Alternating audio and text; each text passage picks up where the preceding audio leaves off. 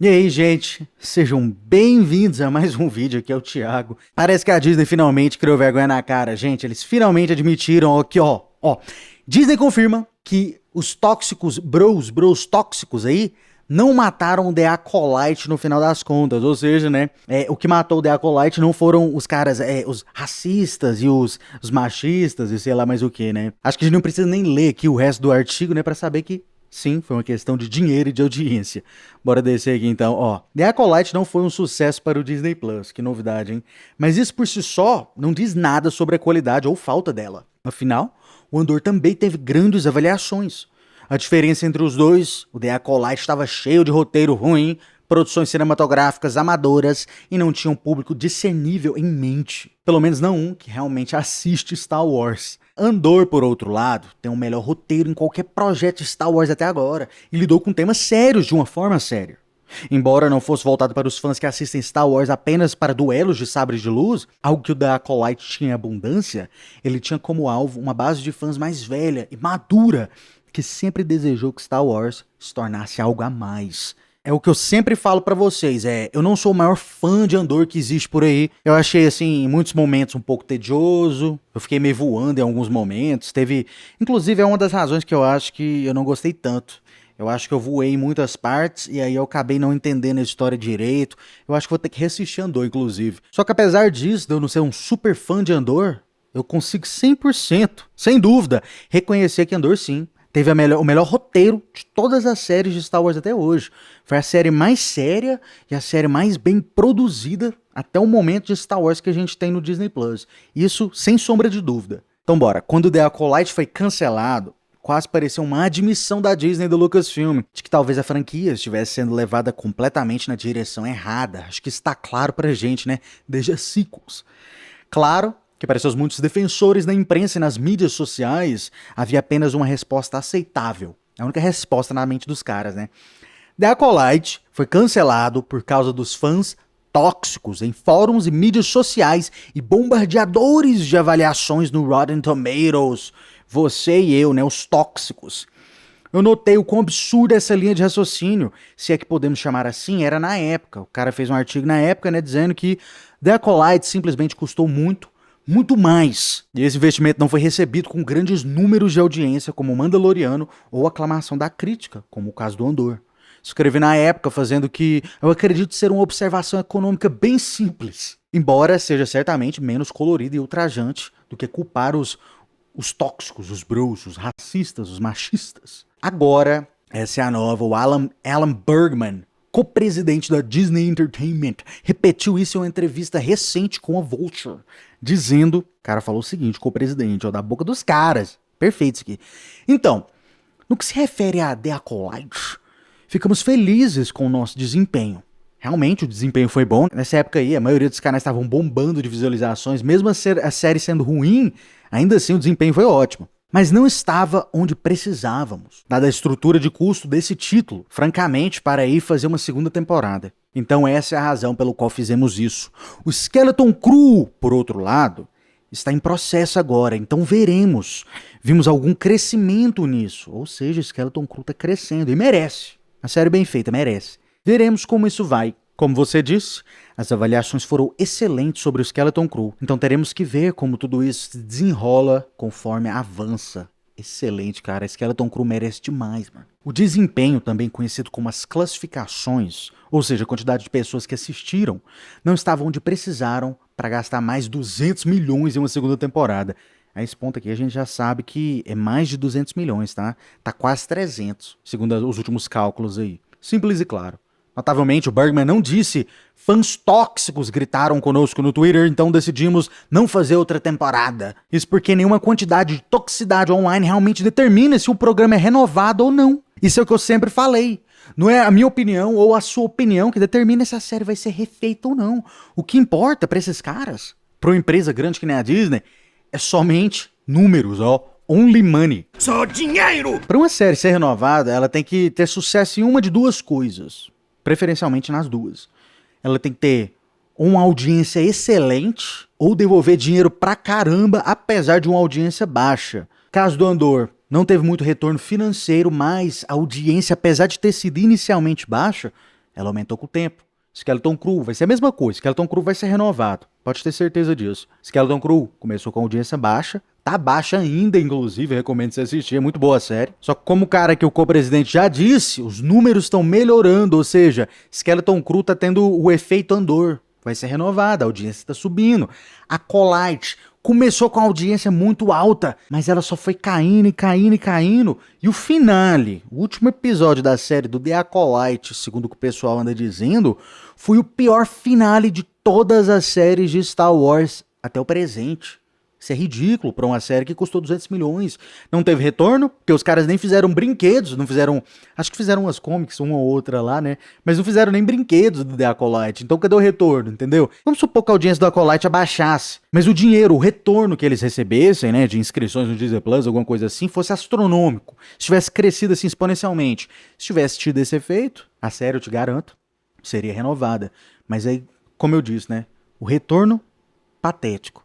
E a audiência minúscula, não tem série no mundo que é renovada. Nem se todo mundo na internet, se todo mundo, todos os canais, todo mundo na mídia, gente que faz artigo, todo mundo, jornais, né, as revistas online aqui, se todo mundo tivesse a favor da série, se esses dois elementos estivessem ruins, isso ainda não ajudaria em nada, porque pros caras o que importa é 1 mais 1 igual a 2, é somar, é resultado positivo. É só isso que importa.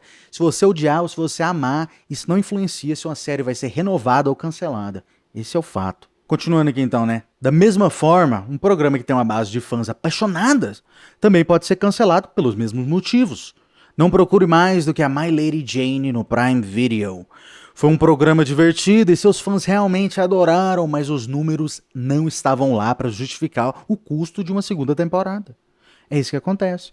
Todo mundo pode amar. Se não teve retorno, não vai ser renovada.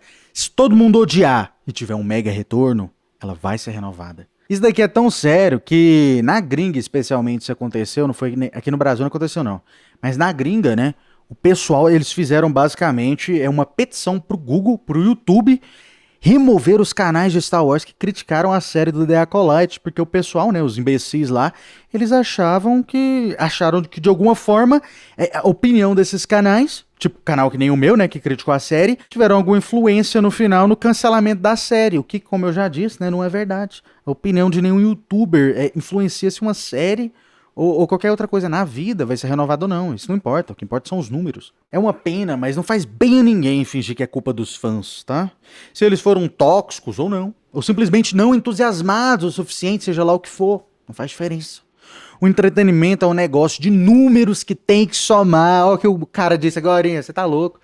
No caso do Andor, eu te falei, ó, a Disney fez um compromisso de 2 temporadas e aproveitou os elogios da crítica que ela recebeu positiva. O Acolyte certamente recebeu mais aplausos da crítica do que merecia, e números muito maiores que o Andor inicialmente. Mas nem mesmo seus defensores na imprensa estavam clamando para que ela ganhasse algum prêmio. Isso aqui nós vamos pular.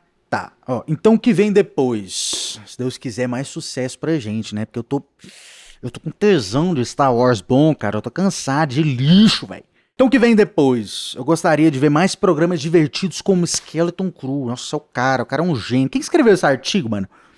Meu Deus, o cara é um miserável, um gênio. Eric Kane. Olha aí, mano. O cara é um viking, mano. O cara é um gênio. Você tá louco. Vamos voltar aqui, então. Gostaria de ver mais programas divertidos como Skeleton Crew. Mais precisamente, eu gostaria de que os poderosos, os caras lá do alto escalão na Disney e da Lucasfilm, percebessem que Star Wars tem um público embutido e que direcionar os próximos programas e filmes para esse público, que é composto principalmente por meninos e homens, faz sentido financeiro. Rapaz, isso não significa que não podemos ter diversidade ou grandes personagens femininos. Princesa Leia é uma das personagens mais adoradas na mídia, né? A gente tem também a Jyn Erso, Rogue One, essencial, Padmé Amidala, essencial pra política de Star Wars. Então a gente pode ter personagens femininos ótimos, né? Mas isso aqui que ele falou é real. Tem que focar no público que é a parte maior ali, né? Do público, da audiência. Que somos nós homens.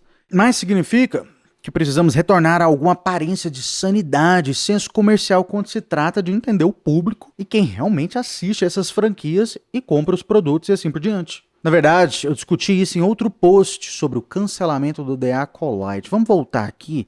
Essa parada do público, isso aqui é muito sério, cara. Porque o que o público quer? Na realidade, eu vou além de meninos e homens. Vamos pensar no mais básico ainda. O que o público quer ver? Isso é tão importante, a Disney não enxerga isso. Deixa eu te perguntar, você acha que o público quer ver mais sequels ou pós-sequels? Resposta é óbvia. É um não, né? Então por que eles estão fazendo mais filmes da Rey? Ótima pergunta, né? O que o povo quer ver? Será que o povo quer ver uma Velha República? Obviamente, todo mundo quer ver uma Velha República. Eu tô morrendo aqui pra ver uma Velha República. O que os caras entregam pra gente no lugar disso? Uma Alta República que foi um fracasso financeiro. Então, assim, na realidade vai além, né, de meninos e homens. Na verdade, são dois elementos muito importantes. Você tem que focar no que o povo quer ver, mas não só também no público em geral, mas também no público-alvo, né? A audiência maior que você tem ali, que são homens e meninos. Então você tem que pegar esses homens e meninos, que é a maior parte da audiência, e ver o que esses homens e meninos estão querendo ver. Estão querendo ver o quê? É Velha República, querendo ver o quê? É Luke Skywalker, é tiroteio, é Mandaloriano. Mandaloriano que presta, né? Não o Mando 3, por exemplo, né? A gente quer ver isso. É bem básico isso. E eu nem tenho empresa, hein? Às vezes eu sou burro, né? Devia abrir uma. Continuando aqui, né? Isso é igual que discutir na minha teoria da namorada meio interessada, que postula que se você apelar para o seu público-alvo principal, a base de fãs entusiasta, trará mais públicos casuais para o grupo. Mas se você não apelar para o público-alvo principal ali, que são os homens e os meninos, né? Você não perderá apenas os fãs apaixonados, né? A base de fãs, o core, o centro ali, né? A base dos fãs. Você não só vai perder eles, mas também todos os fãs casuais que eles teriam trazido junto com eles. O mesmo se aplica se a indústria de romance começasse a mirar em homens ao invés do público-alvo, que são as mulheres. Se as mulheres parassem de ir aos filmes de mulher, elas também não trariam junto os seus namorados que não são tão interessados em filmes de romance junto com elas. Isso aqui é tão sério. Vou te dar um exemplo. Vida real. Né? Eu sei que é uma anedota, né? Uma experiência que eu tive na vida real, né? Mas ainda assim é algo que se encaixa muito bem aqui. A minha namorada na época, atual esposa, não gostava de Star Wars. Na época eu perguntei pra ela, só tinha assistido, acho que Ameaça Fantasma ou The Clone Wars. Ela assistiu uma ou duas vezes, que nem o Senhor dos Anéis também, e ela disse que não entendeu nada e dormiu no meio do filme, enfim. Eu sendo, né, o super fã, ultra fã de Star Wars, o que eu fiz? Basicamente forcei ela a assistir Star Wars, né? Então você tem esse mesmo efeito aqui. O super fã de Star Wars, a base, o público-alvo, que é super fã, basicamente trouxe uma pessoa que não é super fã, que no caso minha esposa, uma mulher, que não era fã, eu basicamente fiz ela assistir Star Wars e gostar de Star Wars. É claro que na época ela gostou bem mais do que ela tá gostando hoje em dia, né? Hoje em dia mesmo ela não assistiu, por exemplo, The Acolyte, não assistiu o Mandaloriano temporada 3, né? Mas o público-alvo, eu trouxe mais um fã pra franquia, entendeu? Esse que é o interessante. Agora você pega, por exemplo, a sequels. A sequels não teve esse efeito, é por isso que a gente tá sangrando fãs de Star Wars. O fã de Star Wars raiz que assistiu a sequels, ele não traz uma pessoa que não é fã de Star Wars pra assistir a sequels. Ele sabe que não vai ganhar fã assim, porque nem ele gostou. Pra que ele vai trazer uma outra pessoa? Seria uma imbecilidade, né? Esperemos que a Disney, o Lucasfilm e o resto de Hollywood possam se autocorrigir depois dos últimos esforços equivocados, se Deus quiser. Vou fazer uma oração. Eu fiz a oração do Natal, né? Eu falei pra vocês. Agora, a gente vai fazer a oração do Ano Novo também. Arrogantes e míopes projetados para aparentemente criar um novo público moderno do nada. Isso não existe, isso é conversa fiada. Criar um novo público de uma franquia que é antiga, raiz já. Você quer criar... Isso não existe, né? Você quer criar, trazer um público moderno, um público diferenciado, né? A geração XYZ, sei lá qual que é a última. Você quer fazer isso, cara? É mais fácil você criar uma nova franquia do que você ficar mudando e alterando uma franquia antiga e basicamente, né, destruindo ela. Mas deixa aí, gente, nos comentários o que vocês acharam disso daí. Vocês acham que esse artigo aí fez sentido ou não? Vocês acham que as coisas que eu falei fez sentido ou não? Deixa aí nos comentários. E se você gostou do vídeo, hein, faça um bom Star Wars, cara. Curta e se inscreva, hein? Caso contrário... Você está no conselho, mas não o consagramos mestre Jedi.